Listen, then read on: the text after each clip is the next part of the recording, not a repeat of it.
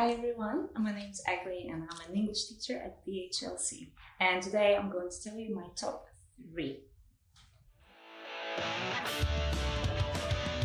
Okay, so I love traveling and seeing different cultures. And when people ask me, what's your top 3, what's your number 1 country? It depends on different reasons. However, number 1, I would say Japan, only because it's how it made me feel after going to big cities like Tokyo. I felt zenned out. Going to a city and feeling zenned out, it's weird. Anyway, number 1. Second one, I'm gonna choose Laos. Again, beautiful people, super nice, and the countryside and the nature is amazing. And number 3, I'm gonna choose Australia because it's just insanely perfect. The coastlines, the inlands, the hinterlands, awesome. Paradise. Okay, so my top 3 sports, not only the sports that I like doing, but also watching. So number 1 is basketball because I used to play for my high school team and university team. I know I'm only 5'3", but I did it. Beautiful sport, love it. Rugby, I've never played it, but I nearly joined the university team. Kind of glad I didn't, but I love it. And athletics, I used to do sprints as a kid. I used to train 5 times a week. That was part of my life.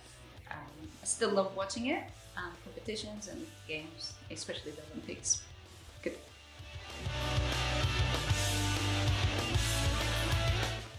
Reading. I read a lot of psychology books, but I'm not gonna list them as my top 3. My number 1, my favorite all-time book is George Orwell's 1984, which is very relevant to what's happening in the world right now. Recommend, read it. Second one is actually a childhood book, Alice's Adventures in Wonderland. Love the movie, love the book, and it's by Lewis Carroll. And number 3 book is The Subtle Art of Not Giving the F by Mark Manson. It kind of opened up my mind of situations of when I should not care about what people think or say, or it's basically how you react to situations. It's interesting. You should read. So coming from a design background, architecture is everywhere.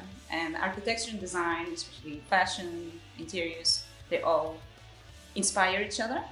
So my top 1, number 1 architect is Frank Lloyd Wright. And I love his lines, the way he does his architecture within nature. Beautiful. My number 2 is Zaha Hadid, who is a woman, so being in a male-dominated world of architecture, and for a female to break into that, it's one reason to like her, but it's just her vision of her buildings is amazing.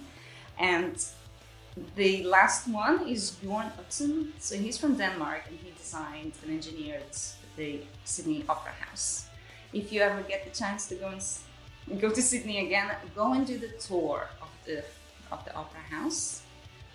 It's just amazing. It's so inspiring from just the whole history of how he built it, how he engineered it. It's awesome. Go do it. Go see it. It's amazing. Okay, so that was my top 3. Hope you enjoyed them. See you later.